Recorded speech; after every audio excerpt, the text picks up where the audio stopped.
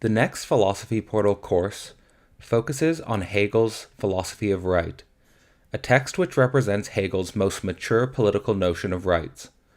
The course starts May 18th, 2024. To find out more, visit philosophyportal.online. Welcome to another philosophical conversation. My name is Cadell Last, and I'm here today with Anna Kornbluh. Anna Kornbluh is a researcher and teacher whose interests center around the novel, film, cultural aesthetics, and as well as frameworks inspired by Marxism and psychoanalysis. She's the author of Immediacy, or The Style of Too Late Capitalism, which is the book we'll be discussing today, but also many other books. And I'll left a link in the description to her homepage where you can find out more about her background and her writing career if you're interested. Welcome to the channel, Anna. Maybe let's just start with the opening quote that you place at the beginning of the book, which is, of course, from Hegel, who says, immediacy itself is essentially mediated. Why did you pick that quote, and maybe what does that quote represent in the overall arch of your book? Sure. Thanks so much for having me and for noticing that epigraph to the book. I picked that quote because I love the kind of paradox that it is a short sentence from Hegel that's a distillation of some really complicated dynamics in the history of philosophy and in our, present phenomenal moment. So the idea that immediacy is some kind of experience that Hegel wants to identify as a kind of mistake, right? The starting ground for philosophy, but something that from which we have to take distance. That it is occluding the conditions that structure it. That it is kind of making it. It's a sensation, right? An experience that is making it hard to realize that sensation and experience are themselves structured, are themselves historically situated, are themselves features of what might be a historical conjuncture, right? So I am trying in the book to think about immediacy as not just phenomenal experience, but as a kind of deliberately constructed style, which presents itself as if it is not constructed. Which is trying to reject its essential mediations and trying to make claims about authenticity and immersion and intensity and realness that are somehow unstyled or undetermined or unmediated. So I just thought it was a great kind of, assertion, right, and a maxim for what the book is trying to, sort of do is just like study those mediations of that style. Yeah, and I appreciate the way you open the book with sort of setting the scene in a certain art theory direction where you're talking about different sort of events which give off this vibe of immediacy without mediation.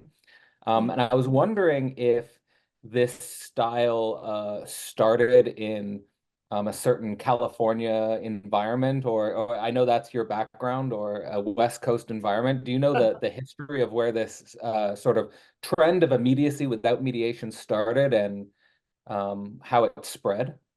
Yeah, that's one of the real questions the book is trying to answer, right? Can we historicize the present? If there is something that we could go so far as to say is a dominant style in the present, and one which is setting itself as different from one of the major Marxist cultural interpretive arguments of the past, 40, 50 years, which is the thesis that postmodernism is a dominant style. So if we can start to think about immediacy as something after postmodernism that has some postmodern characteristics, but has some decided differences from it, where did that come from? How do we tell the history of the present, especially if we have something which is, sort of comporting, like it's not in history, right? Like that it's not constructed, that it is just simply without construction, that it is just simply emanative or real.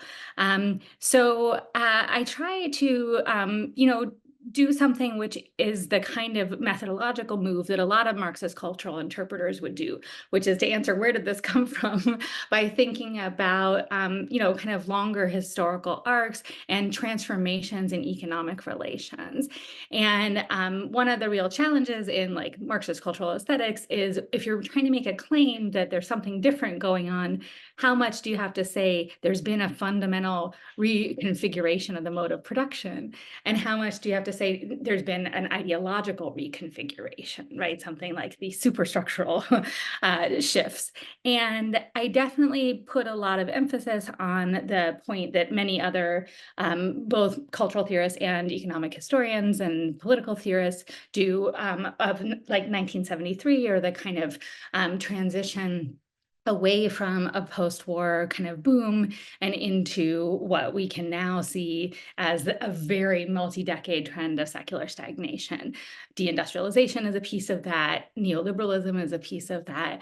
But to me, the kind of origins of this style have to be understood in relation to the big business of cutting out mediation, the big business of getting express, direct, authentic, instant message, direct uptake, rapid uptake, on-demand access, and so on. And those business transformations we need to see as related to the kinds of crises of production and the kinds of transformations in the global relations of production that often you can peg to the 1970s and the 1980s. So I can say more about those if you're interested in them. I mean, essentially the idea would be that where this style comes from is a real intense economic valorization of circulation as one aspect of the capitalist process, production and distribution, or circulation is kind of the Marxist name for it.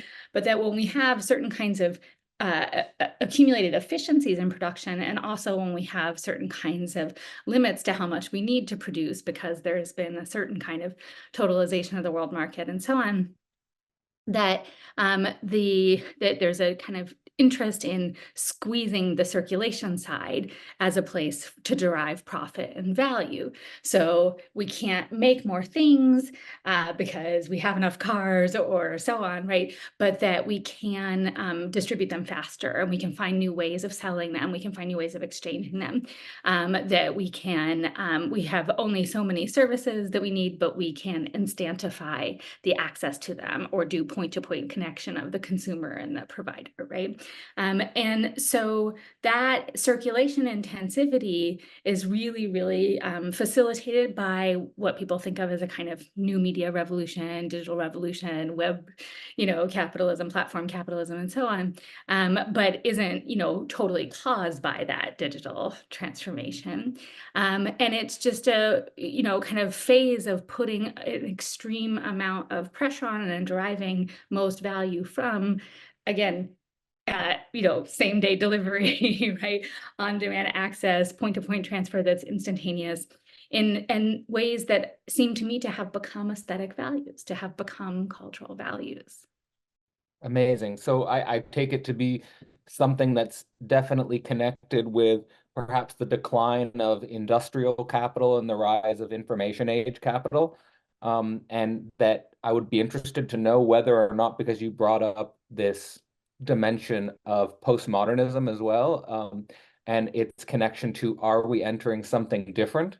Mm-hmm. I know in the opening of your book, you emphasize that in postmodernism, actually, there is a lot of mediation. There is a lot of emphasis on social construction. And now it seems like this weird dialectical opposite. It seems like this weird going to something that's totally not constructed, totally not mediated.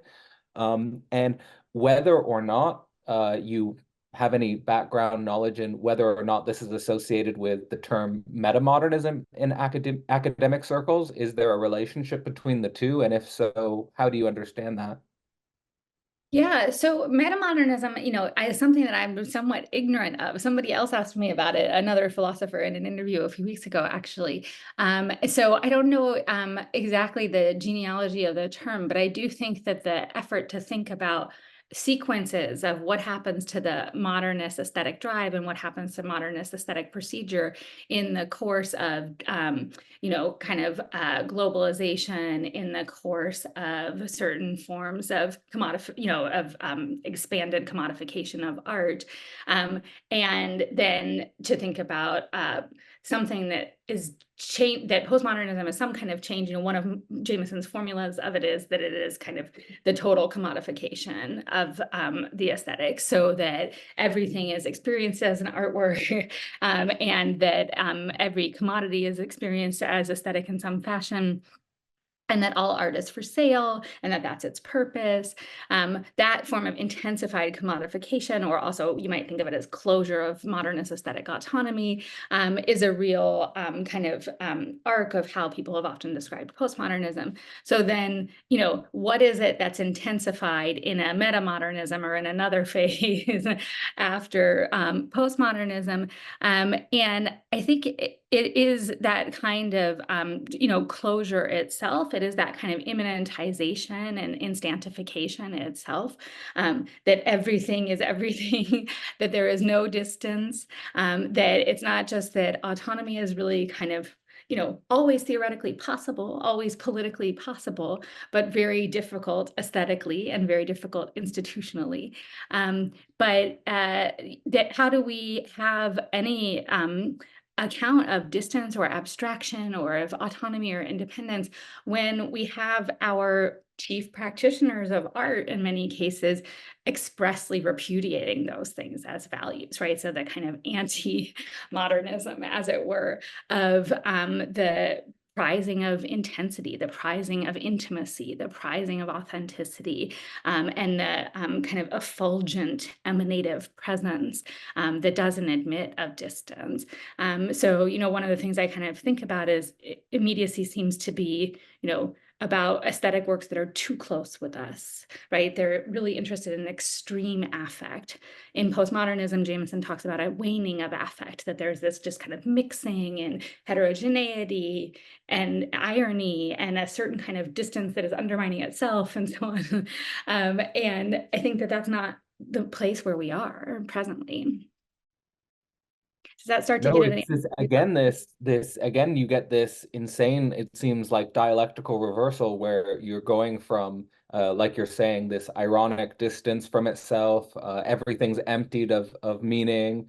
I'm getting here, like, to me, I don't know if you agree, but my favorite example of a postmodern show is Seinfeld, where you have this show about nothing, and it's like, yeah, it's about nothing, and and all this ironic self-distancing from the content. But yeah, with I think the age we're in, my favorite way you're describing it is that there's no distance anymore. There's just this intense overflooding of affect. I have a friend who's a Girardian theorist Mhm. who is emphasizing that we need the return of prohibitions because everything is now just this intense ritual. Like Yeah. we have no more, you can get everything on demand, everything immediately. There's no prohibitions anymore. Everything's available.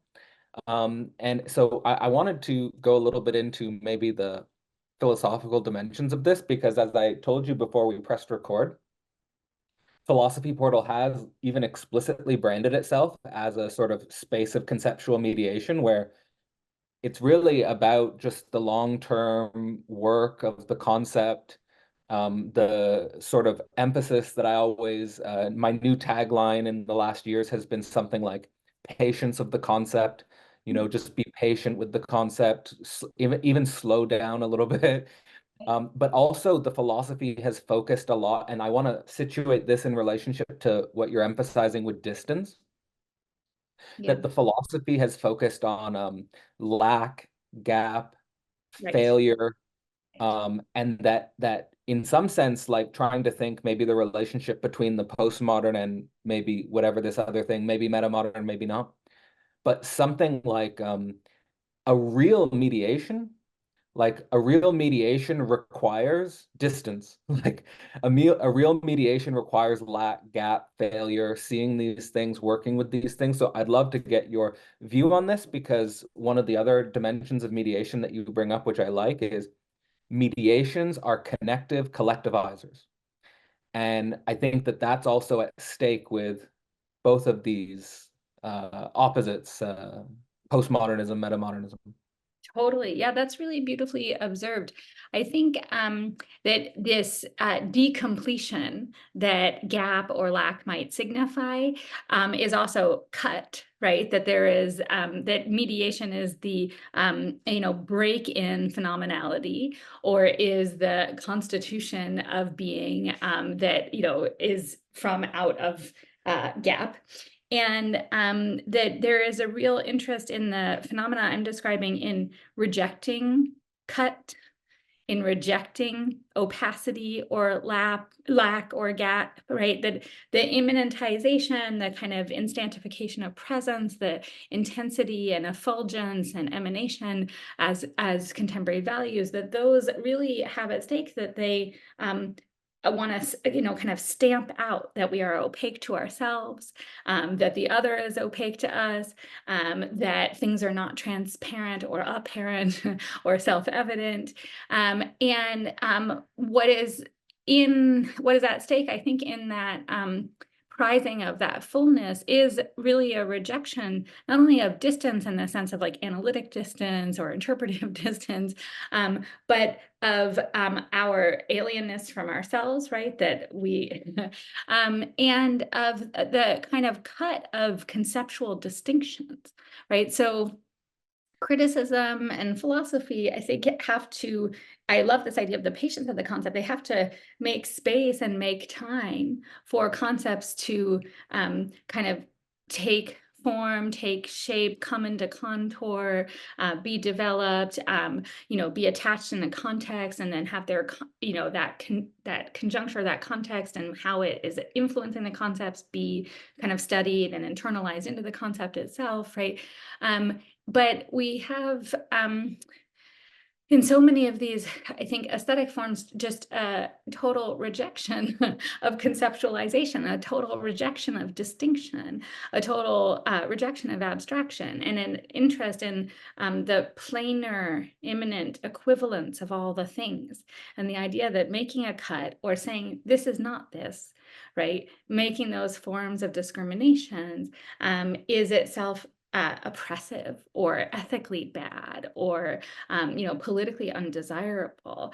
I really think this refusal of the cut, to take it into psychoanalytic dimension also is, something that tends towards an immersion in the imaginary and a, rejection of the symbolic, which is the arena of relation, the arena of the other and of the third and of these, bridges of language and institutions and norms. I think we're increasingly in a kind of world of the two, of the dyadic non-relationality, because imaginary identification, and many other, especially kind of psychoanalytic media theorists and so on, are interested in this problem of like perhaps an age of mass psychosis. But what's there? The psychotic is full, right? The psychotic does not have cut. So there is a way of kind of approaching these stylistic phenomena psychoanalytically too, which I think has a lot of resonance with this, philosophic lineage of, are we all immanent? Is transcendence itself a bad idea? Is decompletion itself, or distance or abstraction itself, suspect morally, politically, and epistemically? So much there, so much there. I want to sort of connect with and relate to in relationship to some of the work that we've been doing at Philosophy Portal. So like the first is we have an anthology process. So the anthology process is always the result of a course and a conference, and then an anthology is produced as the end result of the mediation. And the first anthology was called Enter the Alien. So enter the alienness of our of our being. Yes. And I think that what you're emphasizing here with opacity, being not opaque, not apparent to ourselves, I think the world is a mystery, but we're also mysteries to ourselves, as an important point. And then the other thing that's coming up is we recently taught the Acree, which I think the Acree is just imaginary to the symbolic, like it's starting by questioning the imaginary dyad. And of course, Lacan is saying, okay, it's not just the problem of neurosis, there's also the problem of psychosis. And we haven't really understood psychosis. How do we treat psychosis? That's like, we have to ask ourselves many questions before we can even realize if psychoanalysis is the right tool to approach the issue of psychosis. And even after I taught the Acree, I was like, I still have no idea what to do with psychosis. Like that's still such a big issue. And then also, I think connecting it to some of like the philosophical work that's being done. I'm thinking here specifically with the Slovenian school. Alenka Zupančič, What is Sex is coming to mind, where I think there's this type of interesting historical reversal of Freud, where Freud's kind of saying, like, let's say our neuroses are coming from, let's say, over prohibition of the father or institutional dynamic. And I think when we, like, the end result of this, when we, of course, Freud couldn't have known this, but I think when we deconstruct all the institutions or everything, like, you don't have liberation, you just have psychosis. Right? So it's like almost psychosis is a worse problem than neurosis, is how I'm trying to think about it. Oh, totally. Yeah. But that brings me to, like, basically your point is, like, we need to make space and time for mediation.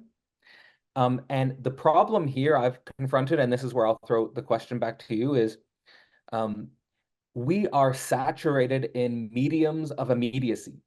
Right. And it's so difficult to, I think this is what I really struggle with, is it's so hard to tell just by the mediums themselves who is just selling immediacy and full positive abundance and who's really mediating, right? It becomes difficult to tell the difference between the two.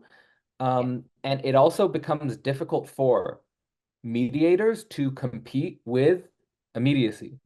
Right. Like, so this is, I don't know, I'm maybe not a direct question, but just these thoughts and what's coming to your mind here.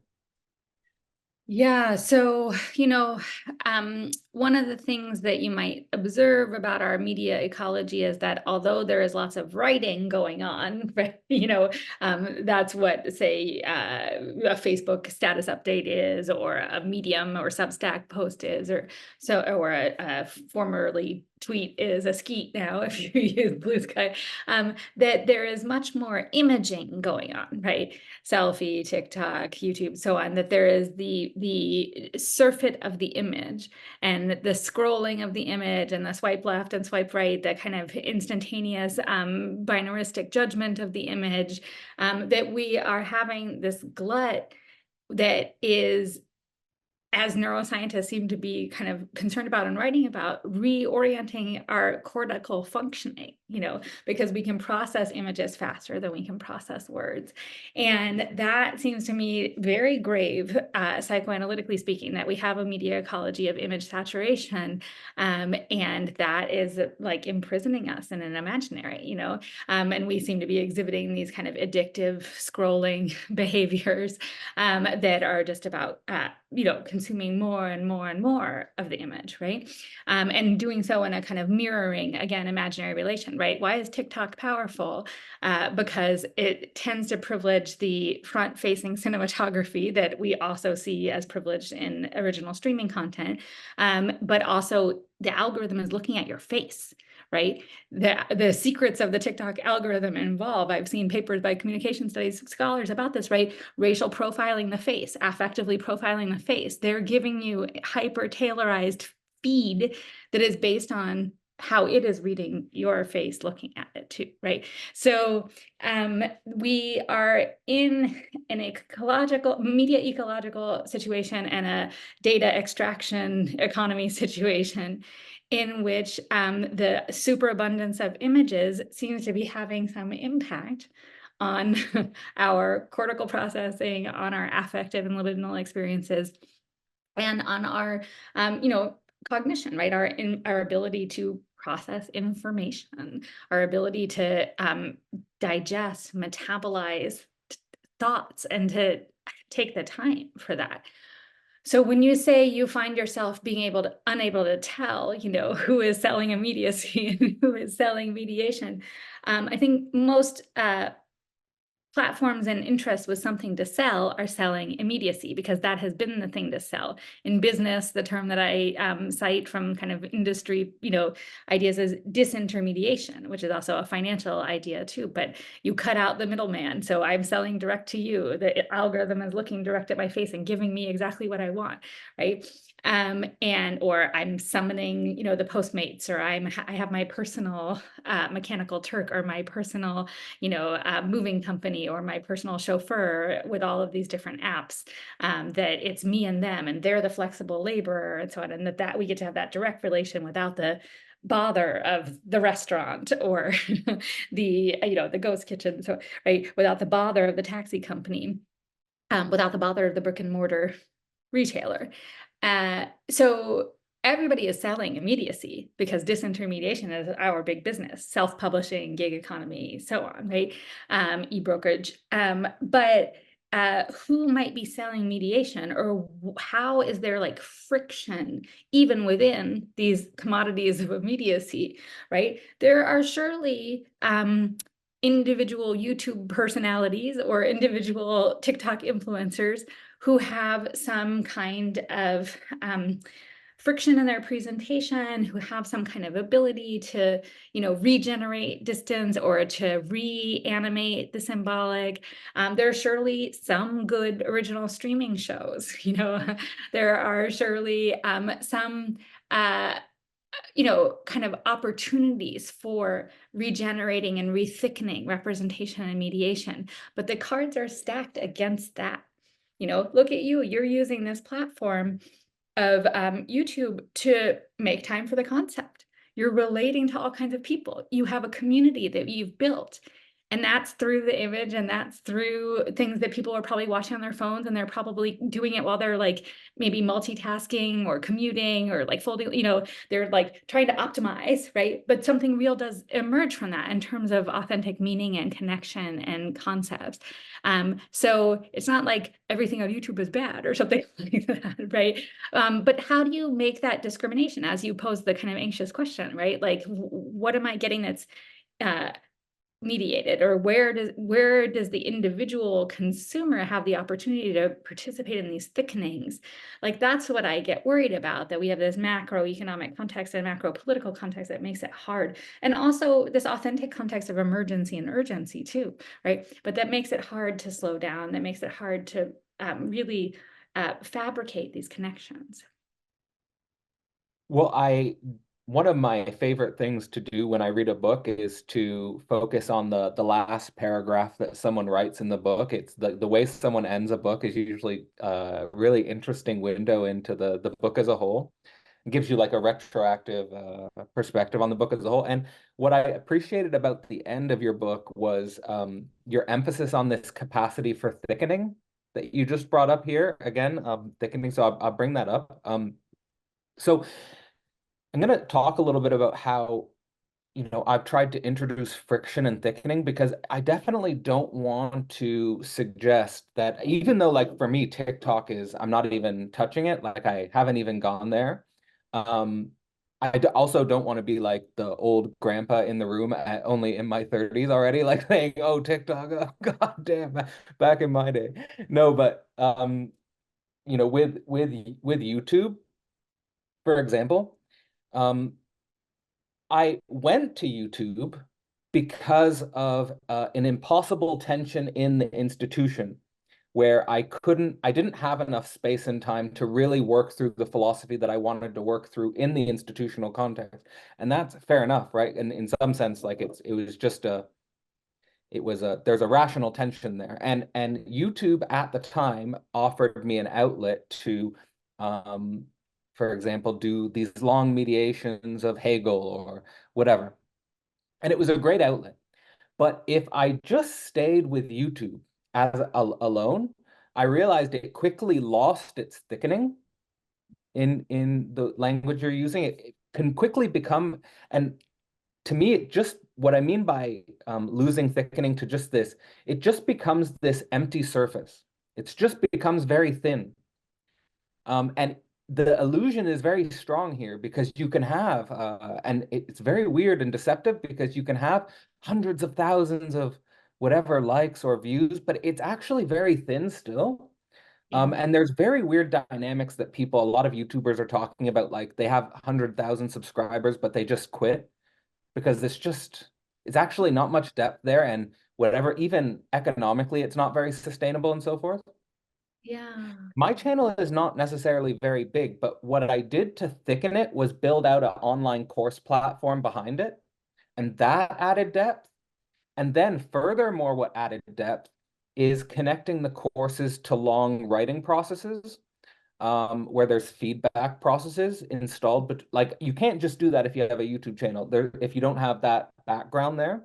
And Right. then also the necessity of it, and this is the sort of mega difficult challenge, is how do you link the huge potentials of the online with actual physical meeting, like actually Yeah. physically meeting, building out either events in the real, in physical real, and retreats, or just workshops or whatever, like we can get creative. But Mhm. what, to me, the emphasis on have to go in that direction is it forces you to slow down, Yeah. because the physical, there's so many constraints. We can't just all hop on a Zoom call. Like we have to coordinate a big event. And there's something meaningful about that. There's something important about that that I don't think we should miss in these connecting processes. And Yeah. also trying to reconnect with institutions. Like there's real work being done online here. I don't have the same capacity to say, for example, offer accreditation or something like that, but there's real work being done. How does the institutions and this work connect? Mhm. And basically that, what that does is it introduces friction. It's like I have to look for friction in order to mediate and thicken. So maybe some thoughts on that would be also interesting to go in. Yeah, I love all of what you're saying. I think many things. So what is thin there, for the YouTuber is interaction or non-interaction, right? So you can have a comment section, you can have a feed, you can have a live stream feed. But what is the quality of dialogue? What is the quality of question and answer? And I do really believe if there's one thing that the Zoom teaching era has taught me, it's that there's a lot of teaching that's nonverbal that is really hard to transmit digitally. When you have silence in a Zoom classroom, or when you have, the YouTube is structurally silent if you're giving a lecture, even if 10,000 people watch it and they're so glad you did it, right? For you, there's a thinness because the silence isn't warm, or you can't tell, are these students taking time to digest? Are they hostile? Is it not landing? I need to say it again, or do I need to wait for somebody else to say something, right? And there are so many ways that we signal that communal meaning making is happening with nodding or with eye contact or with body language, that is very hard to, sort of receive and perceive and also transmit and emit on these platforms. So there's a thinness that is about that kind of non-availability of the warmth and thickness and inscrutability and processing that happens in a classroom, and that makes classrooms so special. There's also a thinness, which is about circulability. It's about the demand that, it's democratic if you put this lecture on YouTube instead of just having it within your institution. And that if people can consume it like TV, and consume it all the time and, instantaneously transmit it, that this is somehow unmitigated good, right? But the imperative of access and the imperative of circulability and expressivity and uptakeability, right? Those are economic values that we can't uncritically uphold in the circulation intense, platform forward economy and so on. If we think that we want to be taking some kind of relationship of understanding to our context, we can't just sort of simply parrot those values, right? So I think that's also a thinness. I think articulating to institutions that's what political work is, right? How can we make standing formations that sustain relation, That's what the question of the state is. That's what the question of what is instituted, what is installed is. And I think there are all kinds of reasons why recent and long-term, left political philosophy and left political strategy has been anti-institutional and anti-statist and anti-sustainable, right? Also going back to the modernist impulse of like, let us break things, let us dismantle things, let us burn it all down. If it is in place, then it's bad because it's static or reified or dominant. But sustainability is also a virtue. Repeatability and repetition rather than the endless innovation is also a virtue. And institutions such as the university, you talked about accreditation or how can people sort of mark that they've been taking your YouTube classes or they have gone through the philosophy portal in a way that then becomes communicable to others, right? They can try to put in their dating profile, like, I took a lot of YouTube classes with KLS, but like maybe a degree actually is a form of communication and is a form of sort of affiliation. And shouldn't institutions, be able to make space for flourishing is a key, political question. Also, what institution should our learning take and what institutional form is adequate to transmission of knowledge is an essential psychoanalytic question, right? Lacan asked that question over and over and over again, which is why he was always founding new schools, right? Always that what can we put in place politically to hold our relations? I think those are fundamental questions. There's fundamental psychoanalytic questions, there are fundamental interpersonal questions, there are fundamental political questions. Absolutely, totally agree. And one of the interesting things in relationship to what you're saying, I would love to get your point of view on it, is I remember when I was in my master's program, I was in anthropology, and I was on the biological end of anthropology or evolutionary, and I was always in the same classrooms and offices as the cultural anthropologists. And at the time, I hadn't had a background in sort of the deep philosophy, but I remember that the cultural anthropologists in my program always were against Hegel because he was a state philosopher. Like that was the main criticism that for Hegel, he couldn't really think freedom because he was too much a state philosopher. And I think that now, in some sense, I'm going back to this question because in a few months we're going to be teaching the philosophy of right. Oh, yeah. Which is, of course, it's a theory of the state, basically. And I really think we need to go back in and study what is Hegel trying to tell us here, because in the philosophy of right, he's crucially he's totally against the immediacy of freedom, Right. like in the sense of an idea of freedom, which is just in the immediacy. Right. And thinking about freedom has to be nested within, it's like almost, I don't know if it's fractal, but like nested within these layers of the immediate will, family, community, state, and ultimately world spirit, where he puts freedom. And world spirit as freedom is not like this utopian harmony. It's more like terrifying, like where wars can happen, right? Like, and I think that if we don't get this sort of nested mediation correct, like immediate will through family, community, state, world spirit, then you have wars.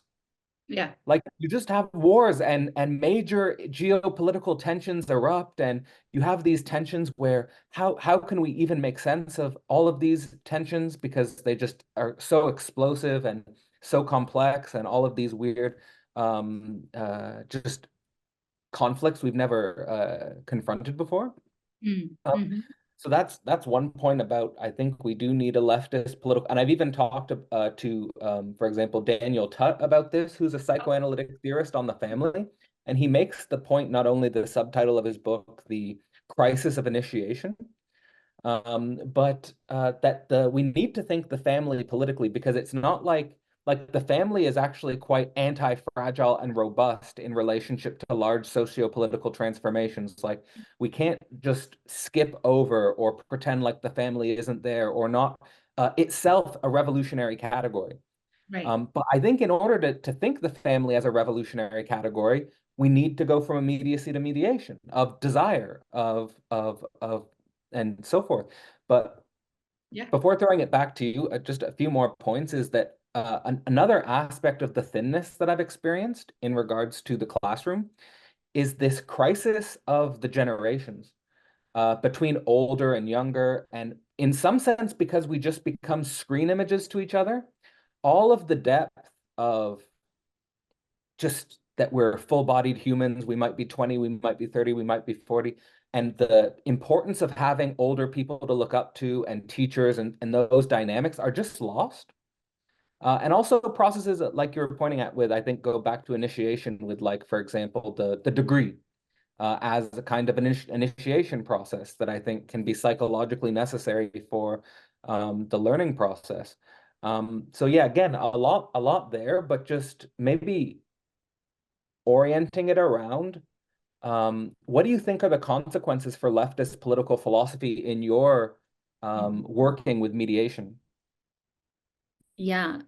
So in some sense, I have been thinking for a long time about how aesthetic ideas and aesthetic biases for modernist disruption, say, have become political ethoses in academic writing and academic theory and academic strategizing.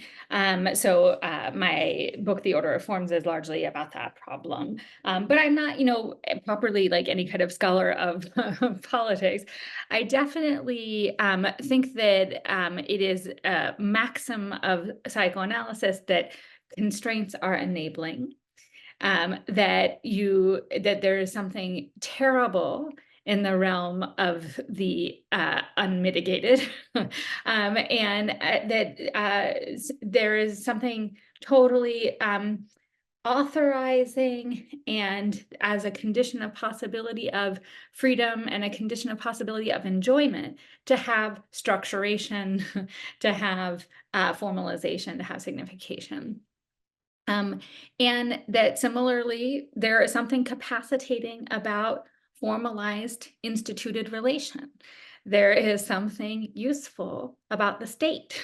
And I think we have not just, kind of grand Hegelian debates about that. And I know you I think you've talked with Todd McGowan before. I recommend that people read his book about Hegel because this notion of the state of contradiction, I think, is really crucial, or Hegel as a thinker of contradiction, including his philosophy of the state and philosophy of right. How do you have fora for contradiction? How do you have structuration that enables relationality, including antagonistic relationality, so that you don't just have pure endless war, say, to go back to that question.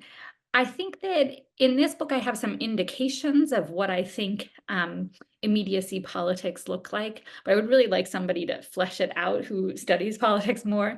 But some of those indications, are that, to me, the rejection of the mediation of the party or of the union and the kind of ecstatic fetishism of anarchy and of eruption and of incendiary rupture without any kind of planned, organized, formalized effort at instituting new structures, or without any kind of project for institution or for sustainability.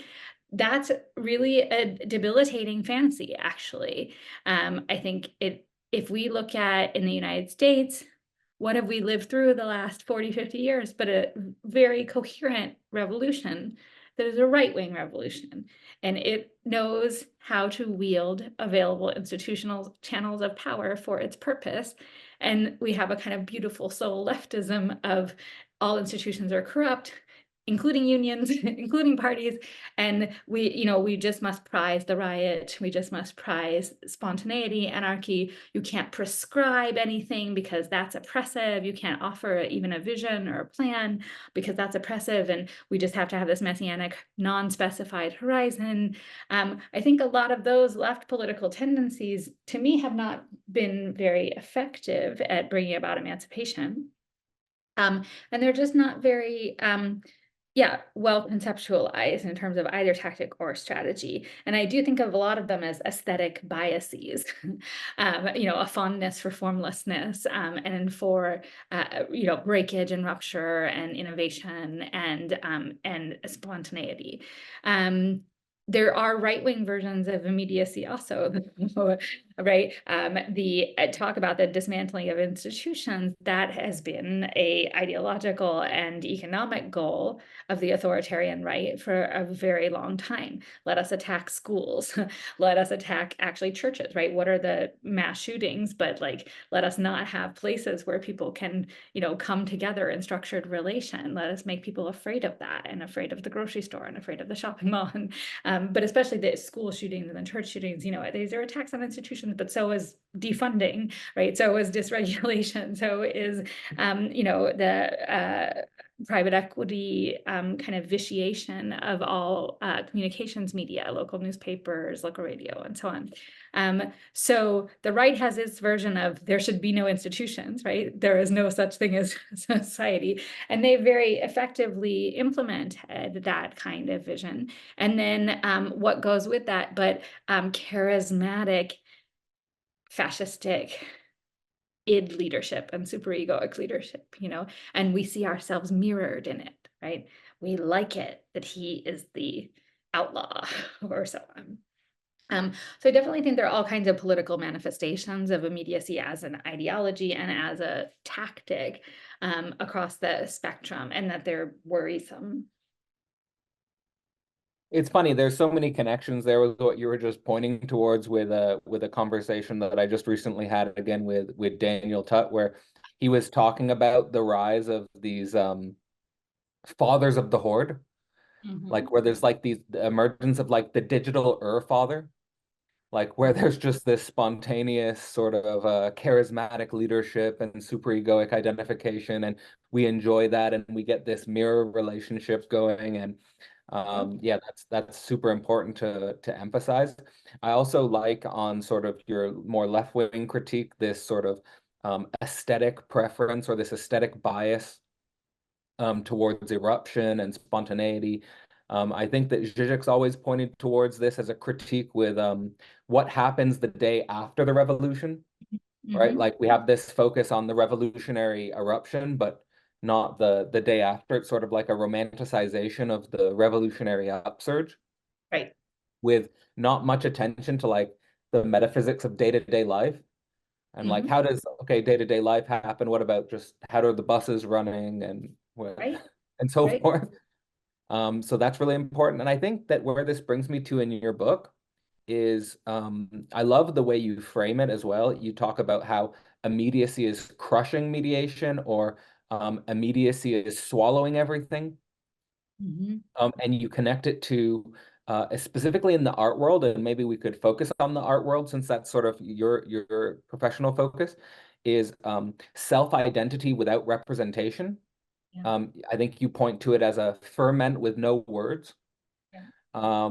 And I just want to say that in my philosophical context, in my doctoral school training, there was this tension between another doctoral student and my supervisor, which was around this issue, because the doctoral student was really focused on Deleuze. And I remember in his doctoral dissertation presentation, he said basically this comes down to being very skeptical of representations in general. Like Mhm. it's sort of anti-representationalism. Right. And I think that what my doctoral supervisor would always respond to with is the importance of representational distinctions, but keeping those distinctions in a dynamic relation. So like Mhm. having dynamic distinctions, dynamic representations, as opposed to just getting rid of representations as such. Yeah. So that's sort of my contact with this battle, but I'd love to hear your perspective on it. Yeah, no, I think, we were talking about distinction earlier, but like this idea of immanence versus transcendence, or of the thought that is anti-representational, that is immanentizing, that is effulgent, versus the valorization of the cut and of contradiction and of gap and of mediation as what, is the installing of the symbolic is a cut, but then it enables other cuts, it enables other forms of enjoyment because it enables, decompletion and lack, right? I think that it is a huge philosophical chasm, immanentist philosophies versus contradiction philosophies, or the thought of contradiction, i.e. dialectics. I think psychoanalysis is not philosophy, but it is dialectical, and it is a dialectical mode of thought that it shares with dialectical philosophy and with Marxist theory as well. And the art world manifestations, I just think it's just totally stunning that we have an incredible number of artists and art activists and curators and writers who really share this total loathing for representation, and who think that the radical practice of art should be to expunge mediation, to expunge representation. We should not have a painting on a wall. We should have a profound experience of presence and charisma, right? We should have, in the movements called like relational aesthetics, certain kinds of social practice, art, certain kinds of just charismatic studio happening, right? That there should be ineffable experience that is, somehow just, transmitted, right, between the present artist and the luminously receptive spectator, right? Or that there should not be any genres for writing. There should just be, here's my everything is everything that I, kind of logoreically eject onto the page, and, no line breaks in poetry, and no kind of fiction, nonfiction distinction, but autofiction as self-writing that is infinite and immanentist in its temporal frame, and so on. That we are in an aesthetic phase where there is a dominant mode of total rejection of representation. And that's what the book is trying to think through. What is this intolerance for representation? On both the consumer side and the producer side, right? The people who are watching TV want the political message and they want to give it a political report card, right? Or they want the direct thesis. They don't want this indirection. And the producers think, I don't want to be encumbered with metaphor. I don't want to be, you can't hem me in with the frame of the artwork on the wall, right? Let me just emit from my being some kind of intensity that you as art consumer will relate to me, but without anything spoken and without any frame and without any meta-phenomenal medium. That's Yeah. some of the, yeah, go ahead. Oh, I love the way you're describing the relationship between the artist just emanating from her being or his being, as opposed to having the framework on the wall. What's going on here with this style of art? What's trying to be expressed, or what's being focused on here?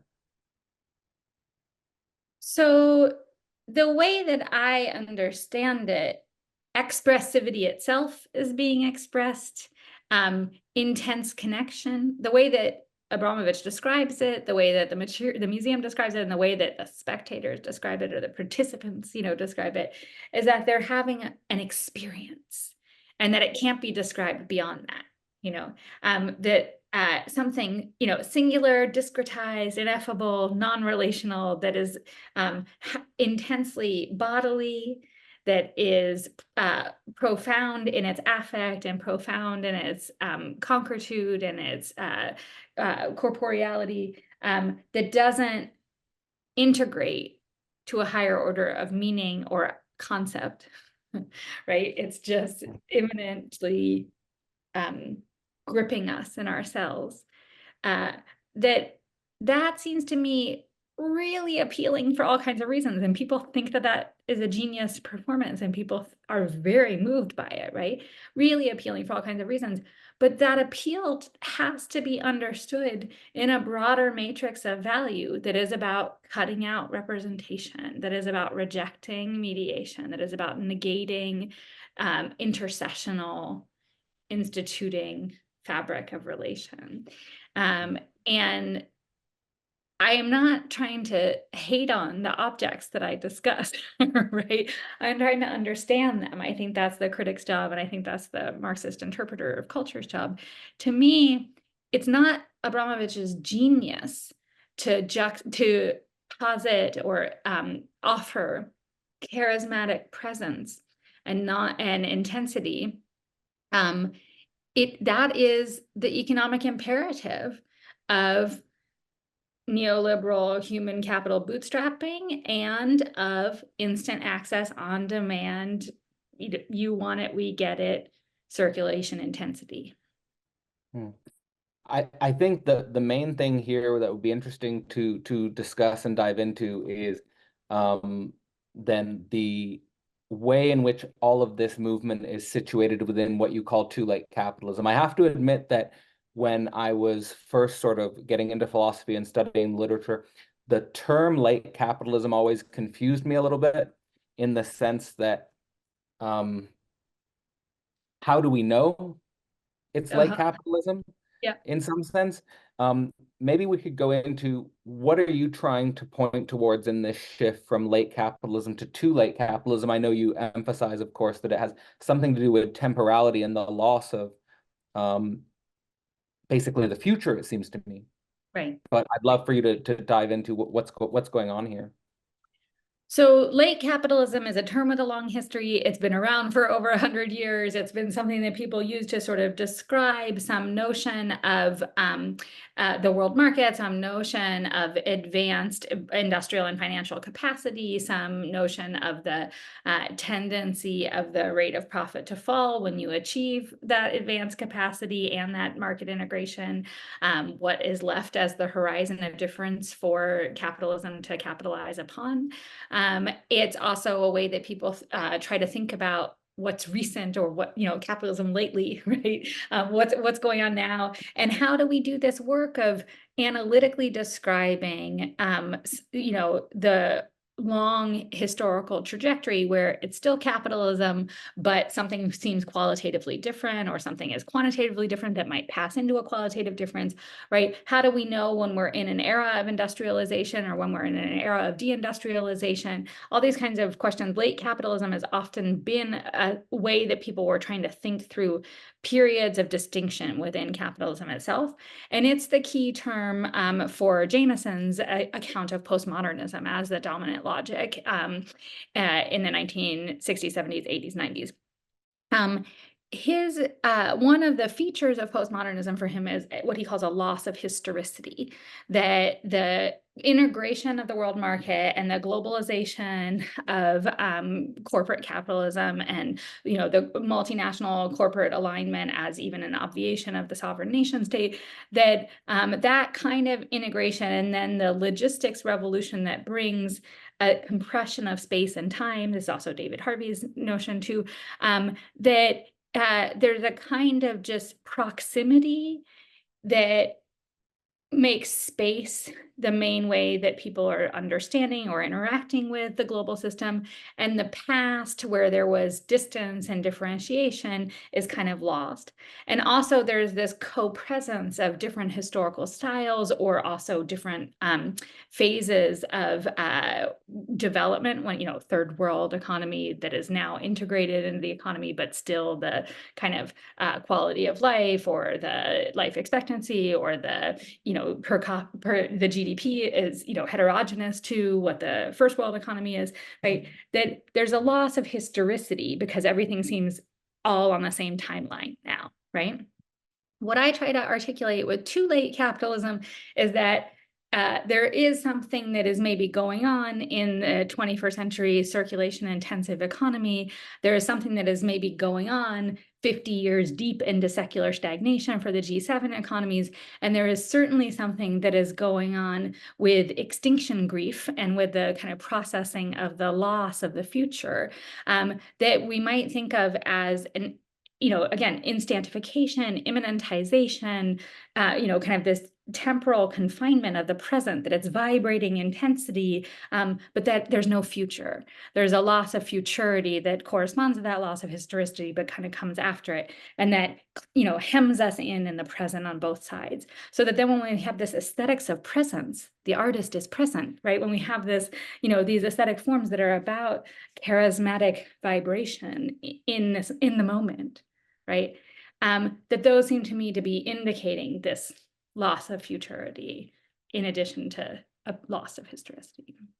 It's really, I appreciate how you're describing it. It's very clear to me, and also very worrying and strange to me in some sense. Like, if you think about, like, for example, the way in which the future was conceived in the 1960s or something like that, or even the way in which the future was conceived in the 1920s, it was like there were always representations of a future, like, and in some sense it was always positively described in the spirit of science and technology, that science and technology were sort of the agent of progress, and that we could expect generational progress, and that our children's lives would be better than our lives, and that sort of there's this notion that we're on the right road, or we're on the right track. And now it seems to me like confronting this super paradox that that very same science and technology, which is, of course, the science has sort of the background of space and time, and then the technology itself compressing that space and time, leads us to this moment where it's kind of like confronting the fact that we've annihilated space and time, and the very technology we thought that was leading us towards some sort of utopian or idyllic world was actually leading us towards almost the confrontation with the mystery of ourselves, which is this vibrating intensity. And what to do with that? Is your interpretation, do you think that we should be thinking about this as returning to mediation to reclaim a different notion of past and future? Or are we having to confront a different notion of the present? Yeah, how are you thinking about this? I definitely think that the present always is a method problem and a confrontation problem, right? How do you map the present? Where are you in history? What are the features of the present? What makes it different from the past or not? What's the same? What's different? And where are you going? Like, that's always hard work. And I think art can often be a guide to that. And that's what's so disappointing about a lot of the aesthetics I'm talking about, is that they kind of resigned that office of being a guide to mapping the present. I think that there's plenty of futuristic thinking to be found. You know, the future is the tense of all of the profits of large language models and AI, for instance. Their future is the tense of geoengineering. Future is the tense of Elon Musk wants to colonize Mars. Future is also what we can read in the actions of people like Bill Gates buying up incredible quantities of land, right? Or of our general oligarchic class purchasing all of New Zealand, or, you know, the Matt Zuckerberg building his bunkers in Hawaii. Like, that is a vision of the future. It's not necessarily one of progress. I think that our, you know, the International Panel on Climate Change and our authorities and scientists have for a very, very long time been telling us that the future is very bleak. Billions of people displaced because they live on land that is going to be underwater or uninhabitably hot, or both, right? That vision of the future, that projection of the future, which is a diagnostic and informed and calculated projection of the future, is really, it really, I think, forcefully clangs. Like, how, you know, obviously there are climate denialists, but how can you refute it? How can you dispute it?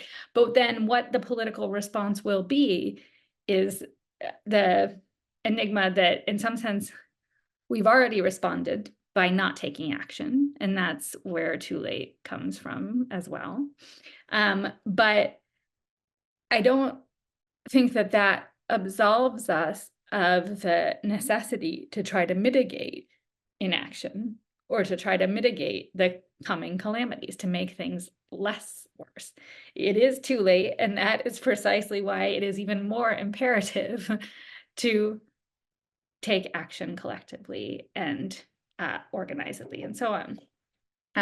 So I think we're in a, it's not that there are no visions of the future, but a lot of them are not about progress. Yeah, that's well put as well, and a good correction. I guess how I would want to sort of correct what I was saying before is that when you emphasize the future visions of like Musk going to Mars or Zuckerberg in the bunkers, is that it seems like those futures are futures that are responding to the meta crisis of the planet itself. Mhm. Um, Mhm. like you're emphasizing like ecocide, or I think you also mentioned undead capitalism, that these sort of processes seem overwhelming, Right. and that they don't sort of paint the picture like that there's a, let's say, a positive, progressive, collective future for the whole planet, Right. but that there are, let's say, certain neoliberal capitalists or successful entrepreneurs that could build out sort of like a separate utopia. Like we could go to Mars or we could go to the bunkers, or I know there's people who talk about like Yeah. billionaires in general building sort of isolated islands away from everyone else.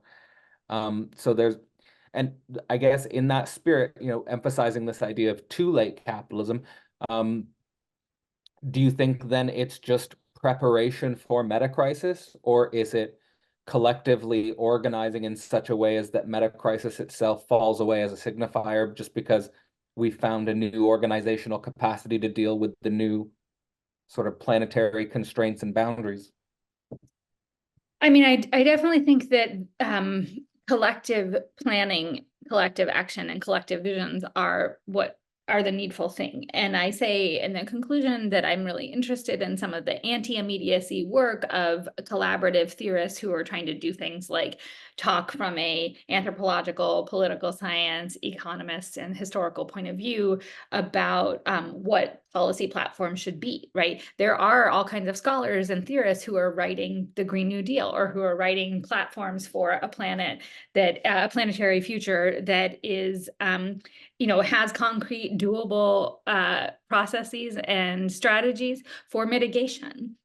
I really think that that's like absolutely crucial work, and thinking those things through at every level, whether it's the, tactic of, say, what's the relationship of labor unions to more green production, or whether it is the collectivist political rhetoric of integrating care work and sort of prioritizing the slow and resource limited, like not actually that resource intensive work of human growth and human flourishing and human care, right? School teachers and nurses and professors and doctors and just care workers as like the alternative form of production and reproduction that we should be engaging in to not be so energy intensive, right? Those kinds of visions, I think, are really, really important, and the kinds of alliances and solidarities that are necessary for the movements to prioritize care work, teachers unions, nurses unions, wall-to-wall university unions that connect adjunct laborers to the nurses on campus and so on. Those are tactics, strategies, visions for a better future that I think are really, really essential. Now that brings me to the point that I think, especially this focus on integrative care work, focusing on human growth related to teachers or care workers, professors or doctors, is something you emphasize throughout the book, I think, about one of the main symptoms of immediacy being sort of the increasing dehumanization of the world. Mhm. Um, and maybe even the fantasies, the tech fantasies of artificial intelligence, or the idea that artificial intelligence in the most extreme fantasies is going to either bring in the post-human, or a different type of technological being. Of course, these are not just fantasies in the sense that even I mentioned a few weeks ago, Elon Musk talking about the Neuralink brain chip being actually implemented in someone's brain. So it's not just a theoretical model anymore. It's actually the intersection between the brain and the theoretical model now becoming actual, and the possibility that we do have sort of the emergence of more of the boundary between inside and outside in technology itself closing that gap, and the emergence of a type of post-human entity. Mhm. Do you think that humanizing the world is not only connected to mediation, but possible in the face of this increasing dehumanization? I mean, the basic premise of like Marxist philosophy of history is that anything is possible, and that there is that the horizon of human activity is the struggle to wrest a realm of freedom from the realm of necessity.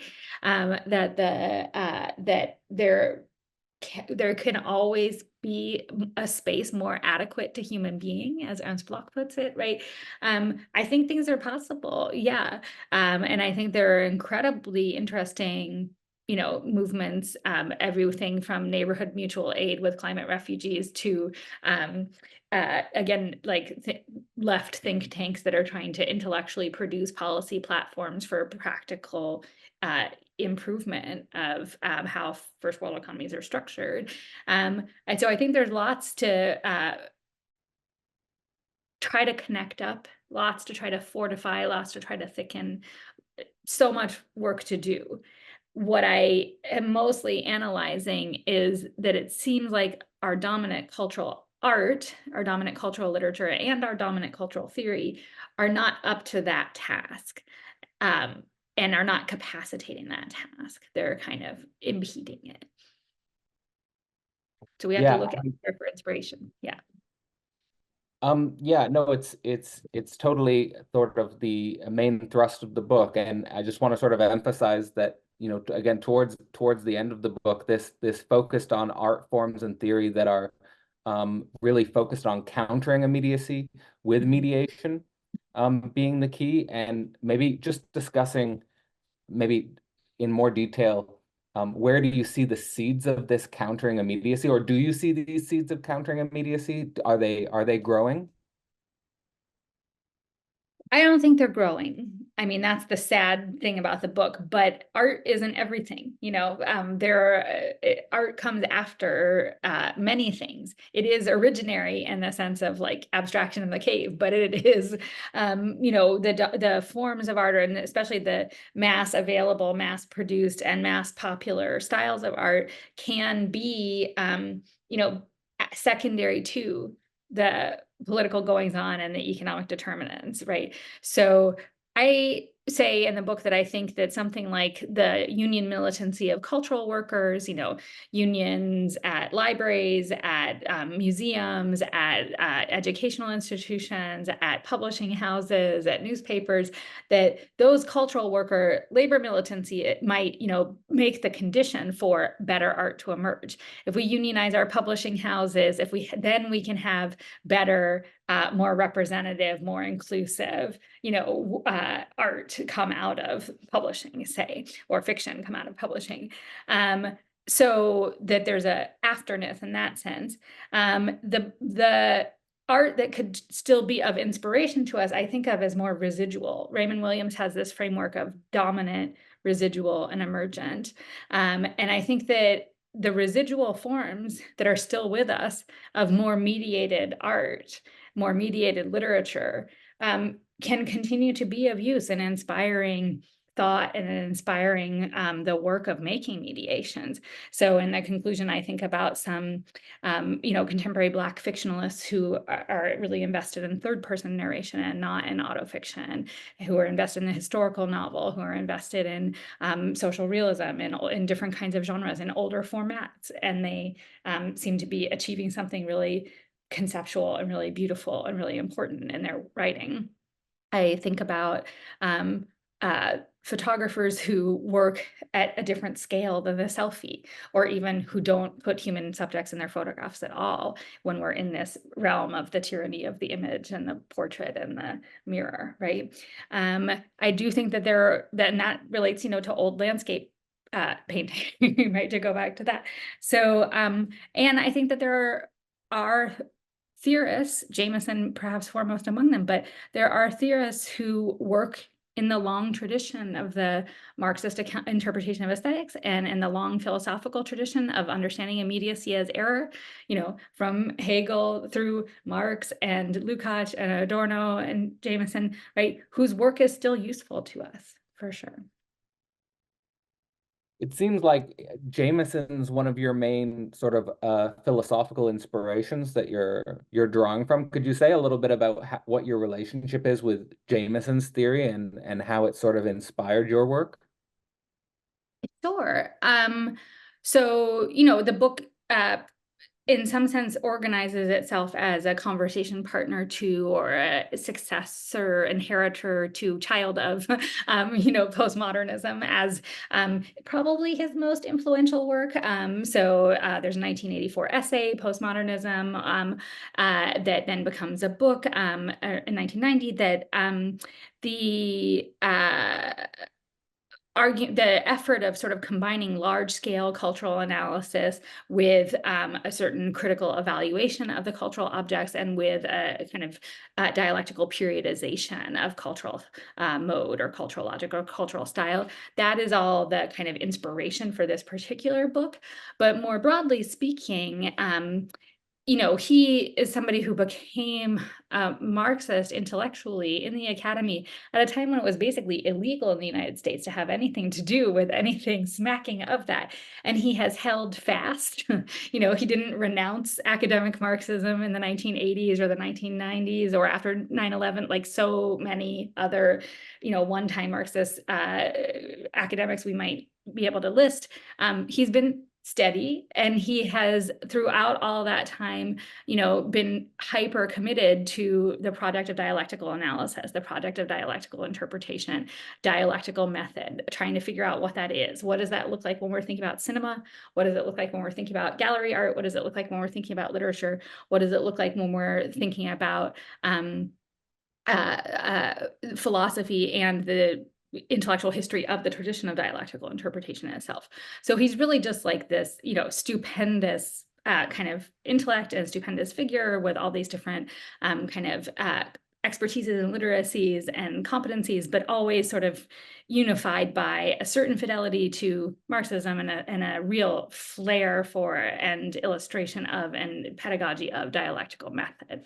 He's turning 90 in 4 days, and so celebrating him is big on my mind. Yeah.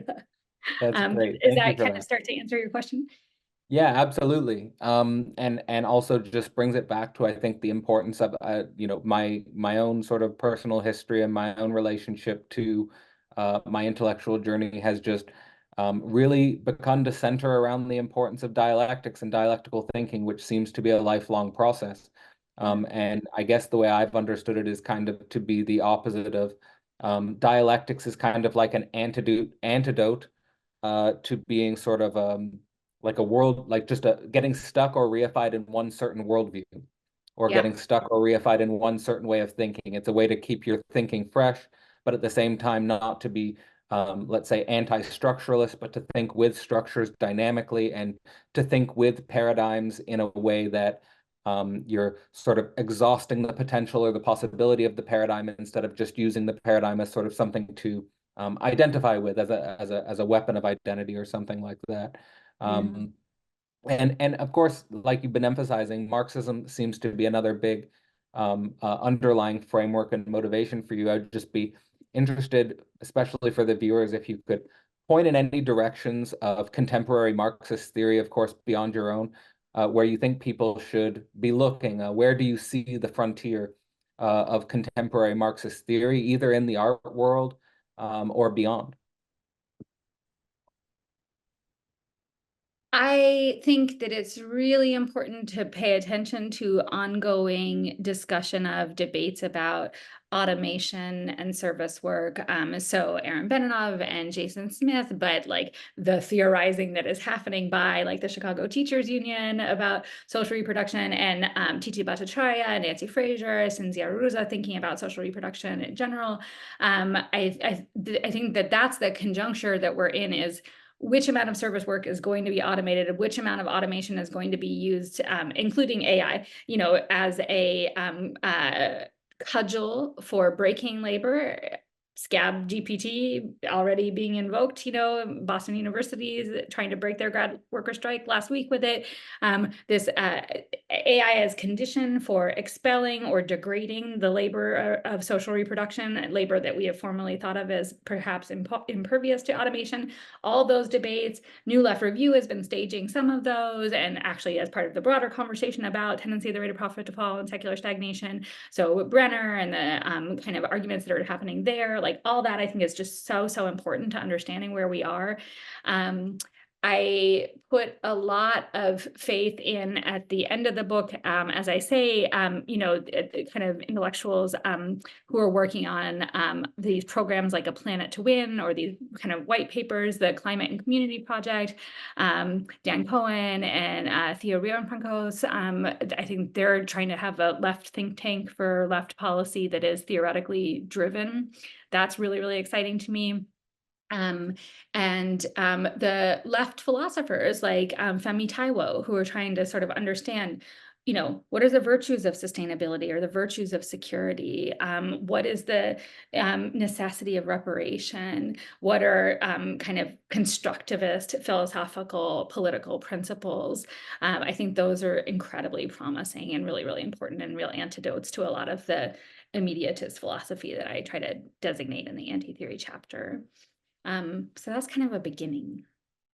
Yeah, Also, sorry. Also unions, the cultural workers and academic laborers and care workers unions everywhere are such an inspiration. Yeah. Right. And do you think that we've had sort of a systematic breakdown of unions in the last few decades? Is that sort of one of the major features of contemporary sort of political economy? Yeah, I mean, union density is a matter of, facts and numbers that we can sort of understand, both legislative attacks on unions and incapacitating them that way, and the kind of outsourcing of production in labor-intensive, union-dense industries, right?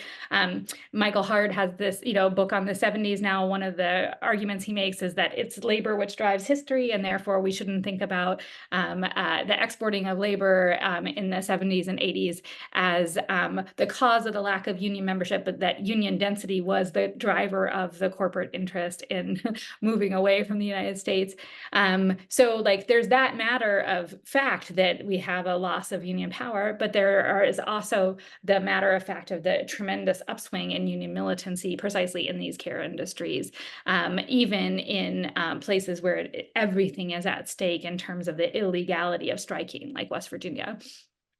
So I take a lot of heart in the uptick in the number of labor actions and the new unions that are forming. One of my only joyful social media experiences is that I follow a kind of bot that is daily union election, and it just announces like workers are unionizing at this particular Cherry Joe's location, or workers are unionizing at this particular small newspaper, or workers are unionizing at the Newberry Library in Chicago, and it brings me a lot of joy. Yeah. I guess towards the end of your book, maybe we should discuss quickly the importance of the concept of anti-theory then. You brought it up just recently, and maybe to describe for people, what do you mean by anti-theory, and how do you see that as, I think you described it as propagating immediacy rather than interpreting it. Yes, and I'm sorry to say I do have to go very soon. If that's okay, and you can just cut that out. But yeah, so anti-theory, probably the most contentious chapter, sure to really offend many of my colleagues. But it's an effort to try to articulate why contemporary cultural theory is not itself up to the challenge of diagnosing and analyzing and historicizing and periodizing contemporary cultural aesthetics, and why so much of it seems to be a stylistic reification, which really just sort of it practices immediacy. So the real kind of exuberant turn to a 21st century version of auto theory, the kind of real rejection of abstraction, generalization, universality, and the attack on conceptuality, the just notion that what theorists should do is self-express and sort of describe how they masturbate and so on, and that is authentic connection, and it is, undoing the authoritative relation of theorist and student, and that this is authenticity, and just the real attack on the idea that theorists can make knowledge seems to me pervasive across anthropology, political theory, literary theory, feminist theory, in ways that I really think have to be genealogized. They have to understand what the economic determinants of those style trends are. These are not just genius, indigenous, endogenous, I'm sorry, evolutionary techniques. They are symptoms of the descaling of academic labor and attacks on learning and on the right to learn. Yeah, that's a really fantastic point. So I'm glad we made it. Maybe just as a final thought for the viewers then on your book, how would you like people to approach and read the book? There'll be a link in the description for people to pick it up. And what do you hope that people take away as sort of a final reflection? Oh gosh, thank you. I mean, I just hope that they find it useful as a prism for trying to make sense of things. I hope that they read it with other people and talk about it in study groups and in person, and try to debate together, is this correct? What can we think about with this category that we didn't understand before? What does it name, or what does it leave out? So to really just try to use concepts to get to a greater map of the present conjuncture, and to ask for more of art and thought, and to strategize effectively together. That's what I really, really hope people do. Yeah. Well, it's been fantastic talking to you. And like I said, Philosophy Portal really has branded itself as, let's say, conceptual warrior in the battle against immediacy, and really trying to privilege the importance of mediation, inclusive of, I just want to leave the viewers with the importance of looking for and introducing friction, distance, gap, lack, as important to not only mediate, but make that mediation real. Yeah. And hopefully, in the long run, the outcome of that process will be higher organizational capacities for the insanity of the world that seems to be around us today. So thank you so much, Anna. Thank you. The links in the description to your book, and encourage everyone to pick that up. For everyone who's still watching, thanks so much for being with us, and have a great evening. The next Philosophy Portal course focuses on Hegel's philosophy of right, a text which represents Hegel's most mature political notion of rights. The course starts May 18th, 2024. To find out more, visit philosophyportal.online.